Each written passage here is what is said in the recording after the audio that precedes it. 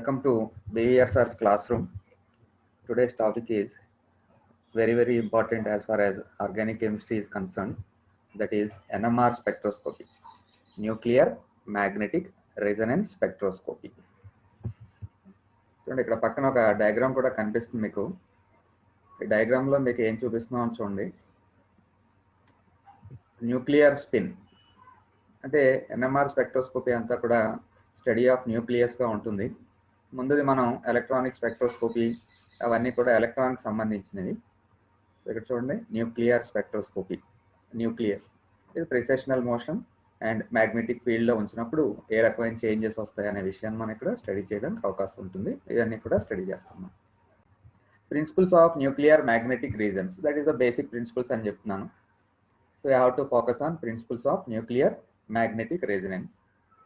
Equivalent and non equivalent protons అన్నీ కూడా నేను చాలా డీటెయిల్డ్గా మీకు ఎక్స్ప్లెయిన్ చేస్తాను స్లోగా, ఎందుకంటే కొంచెం డిఫికల్ట్గా ఉంటుంది అర్థం చేసుకోవడం. Equivalent and non equivalent protons. Position of signals, signals అనేవి ఎక్కడ ఫామ్ అవుతాయి. Chemical shift, chemical shift is very important topic in NMR spectroscopy. NMR splitting of signals, ఆ సిగ్నల్స్ ఎలా స్ప్లిట్ అవుతాయి, మనం ఎలా ఐడెంటిఫై చేయొచ్చు, దాని నుంచి ఏం ఇన్ఫర్మేషన్ మనకు వస్తుంది, అలాంటివి. Similarly, spin coupling, how one spin of one nucleus couples with the spin of adjacent nucleus, అలాంటి విషయాలు వస్తాయి ఇందులో. Coupling constants. ఓకే, ఇవన్నీ కూడా థియరీ ఆఫ్ ఎన్ఎంఆర్ స్పెక్ట్రోస్కోపీకి సంబంధించినటువంటి విషయాలు. Basing on this NMR spectroscopy theory we have to work out some examples.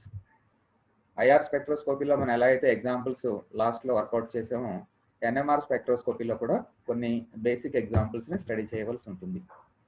Examples like ethyl bromide, ethanol that is ethyl alcohol, acetaldehyde, 1,1,2 tribromo ethane, ethyl acetate, toluene that is methyl benzene and acetophenone.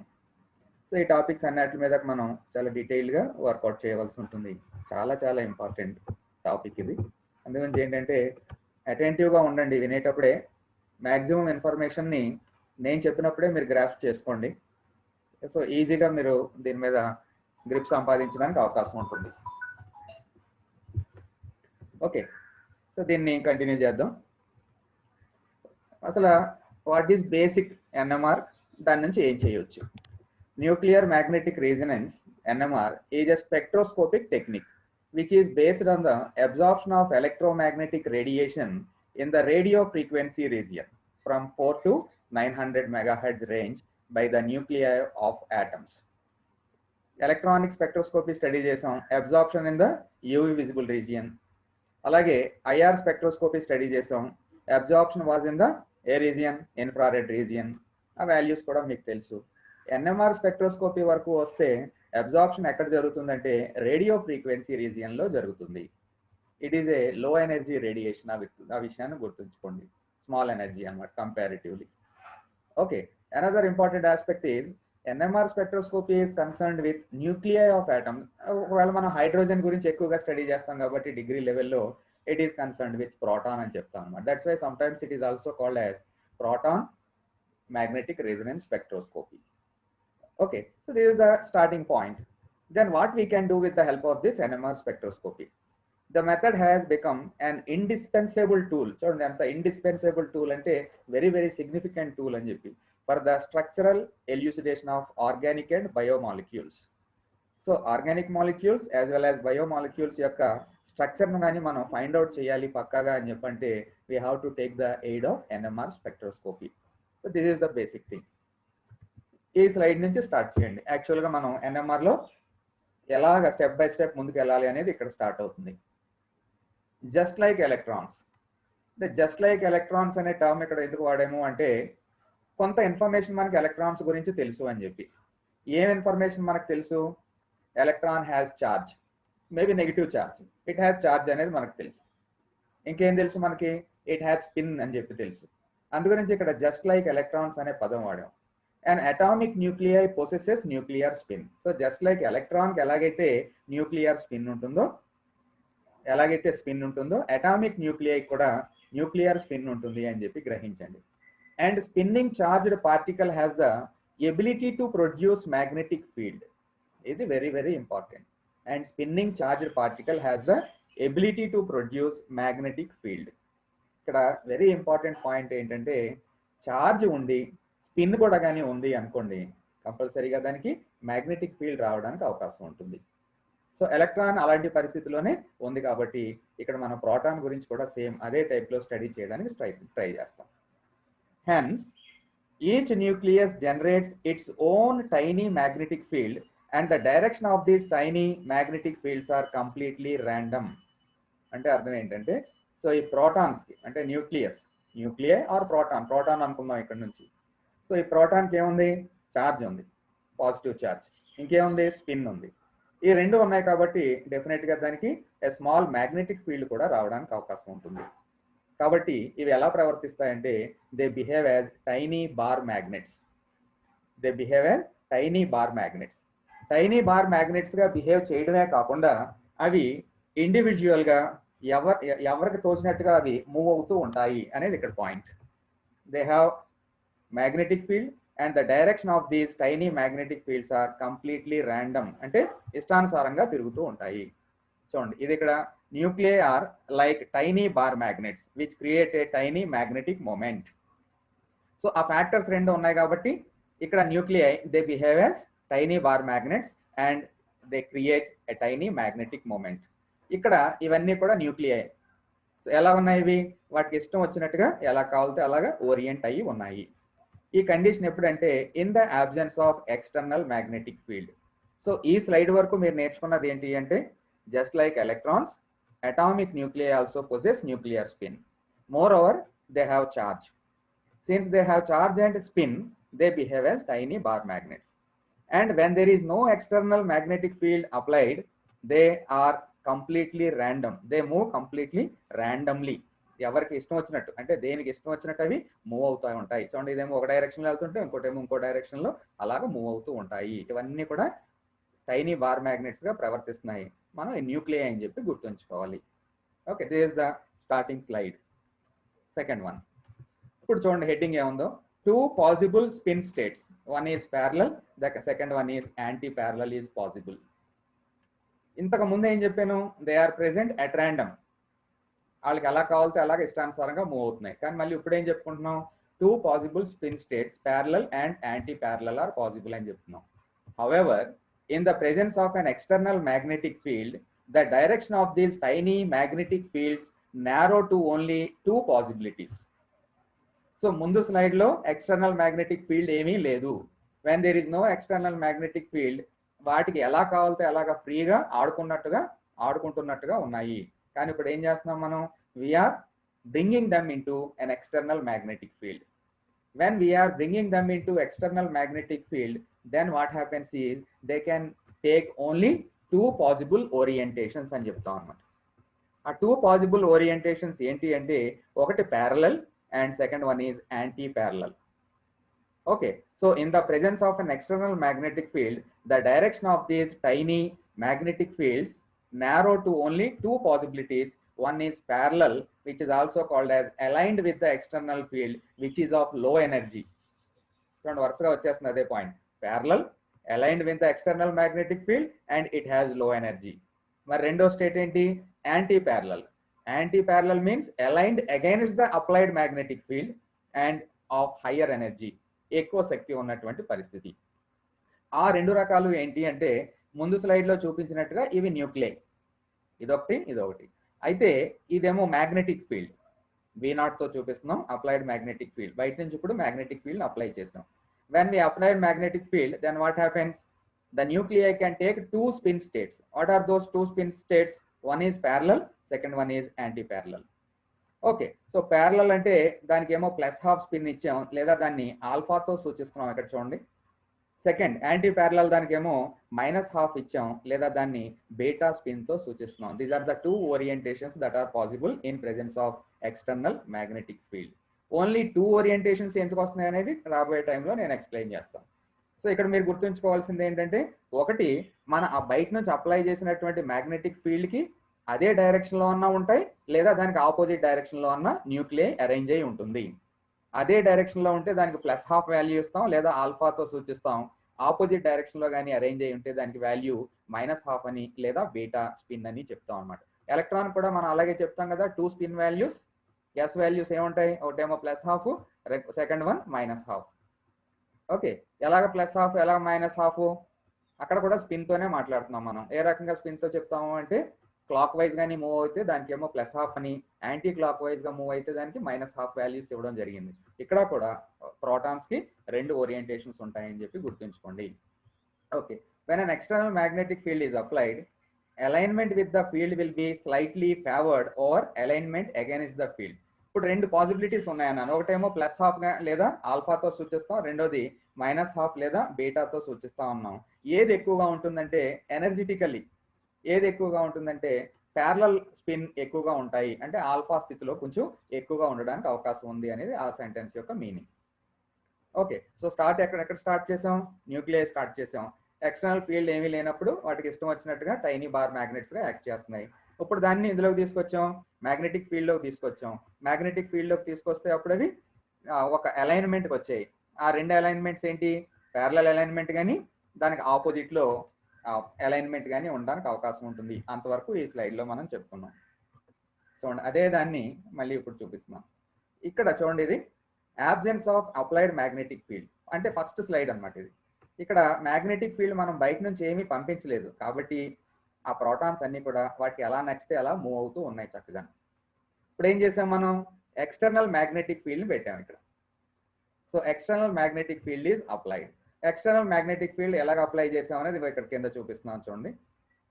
వీటిలన్నిటిని కూడా మనం magnetic field లో తీసుకొస్తే ఏమైంది, 2 orientations possibility ఉంది అన్నాం. ఒకటి, ఇది parallel, this is called as parallel with the applied field. ఇది లోయర్ ఎనర్జీ స్టేటు. ఇంకొక ఇంపార్టెంట్ పాయింట్ ఏంటంటే, రెండాటిని పోల్చుకుంటే ప్యారలల్ స్టేట్ లో కొంచెం ఎక్కువ సంఖ్యలో న్యూక్లియై ఉండడానికి అవకాశం ఉంది. దీనికి ఆపోజిట్ ఏమవుతుంది మరి, higher energy state, that is anti parallel, these are against the applied field. ఇంకో ఫీల్డ్ ఏమో ఇటువైపు ఉంటే ఇవన్నీ కూడా ఎటువైపు ఉన్నాయి చూడండి, ఆపోజిట్ డైరెక్షన్ లో ఉన్నాయి. సో ఈ రకంగా 2 ఎనర్జీ స్టేట్స్ ని పొందడానికి అవకాశం ఉంది. ఓకే, నా దాన్నే కంటిన్యూ చేద్దాం. ఇన్ 1952 2 ఫిజిసిస్ట్, నేమ్ ఏంటంటే Bloch and Purcell. These are the people who are associated with NMR spectroscopy. అది కూడా రాయండి మీరు ఎగ్జామ్లో రాసేటప్పుడు, బ్లాక్ అండ్ పుర్సెల్. చాలా చాలా ఇంపార్టెంట్ విషయాన్ని వాళ్ళు తెలియజేశారు ఈ ప్రపంచానికి. Discovered that when radio waves were used to excite such a sample, nuclei absorbed the incident radiation and as a result were excited to a higher energy. చూడండి ఎలా ఉందో. In addition, each nucleus experienced a nuclear spin inversion కూడా జరుగుతుంది అని చెప్తున్నారు. నేను explain చేస్తాను మీకు.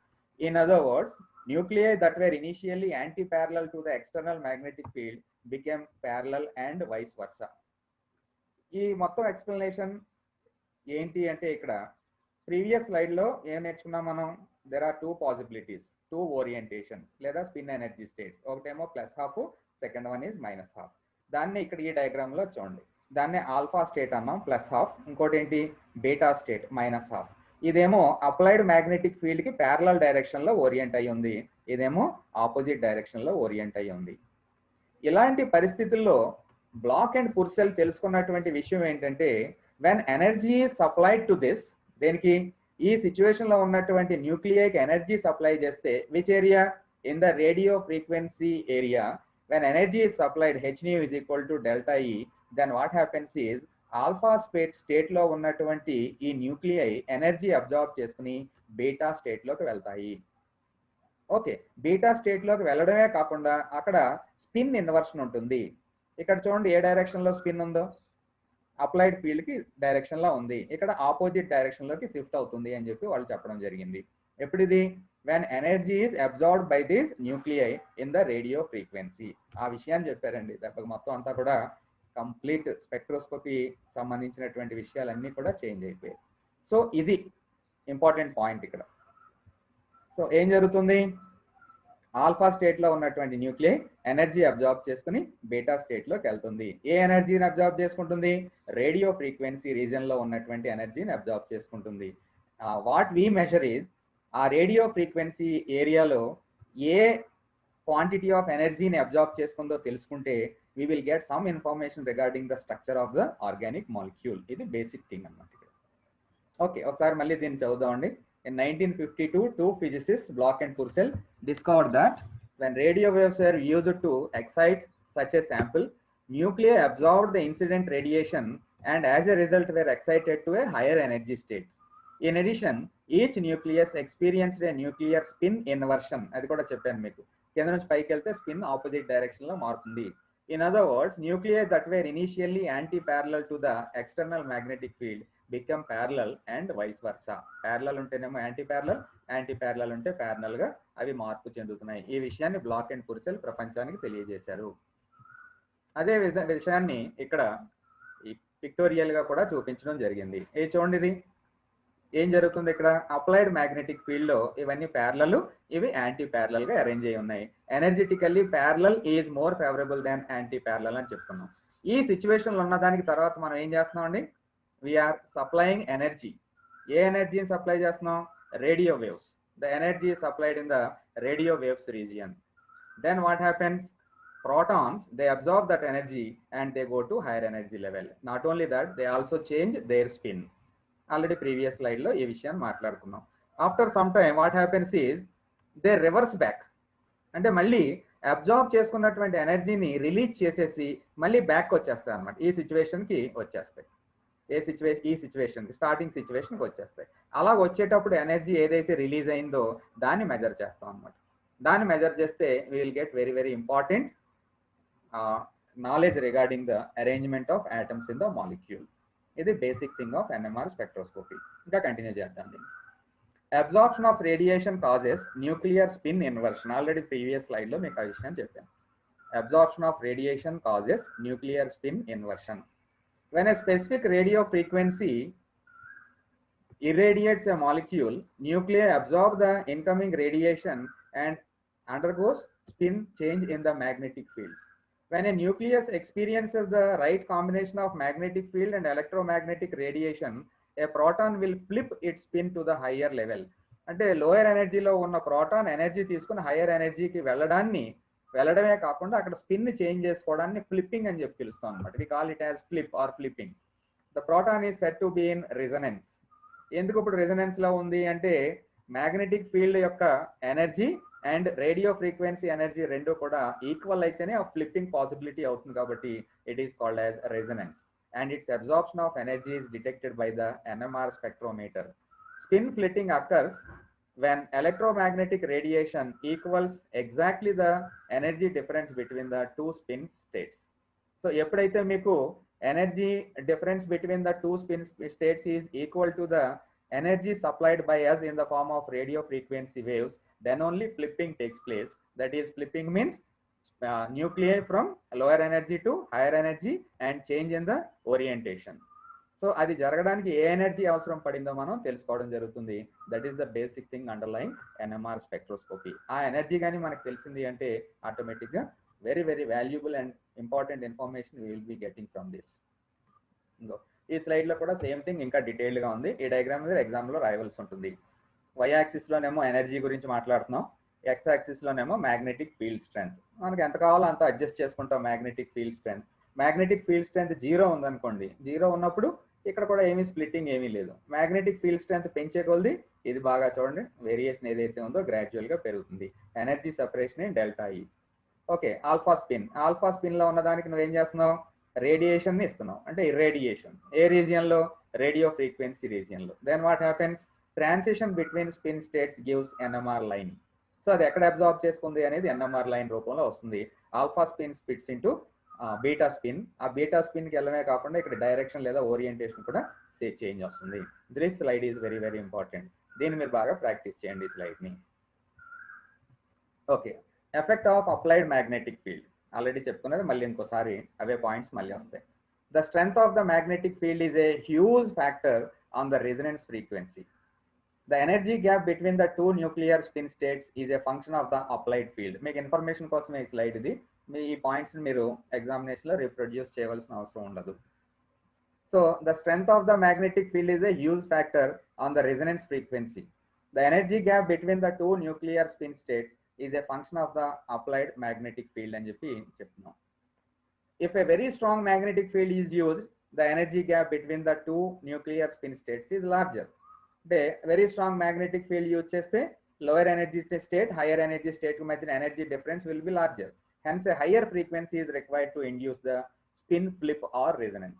When a weaker magnetic field is used, the energy gap is smaller and a lower frequency is required.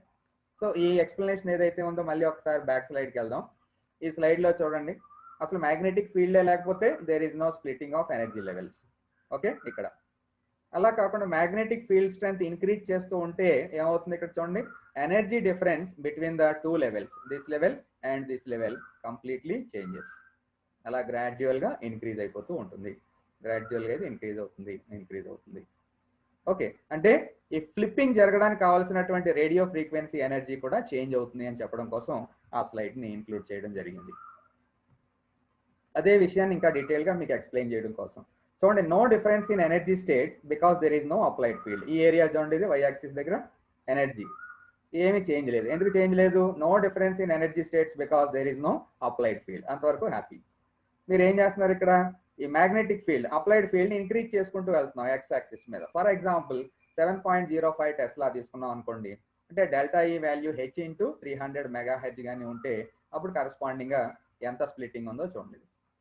లేదా ఇంకా మీరు ఇది పెంచుకుంటూ వెళ్ళారనుకోండి, అంటే 11.75 టెస్లా, అప్పుడు డెల్టా ఈ ఎనర్జీ గ్యాప్, అంటే దీనికి మధ్య ఉన్నటువంటి ఎనర్జీ గ్యాప్ ఎంత ఉంది, హెచ్ ఇంటూ 500 మెగాహెర్జ్ ఉంటుంది.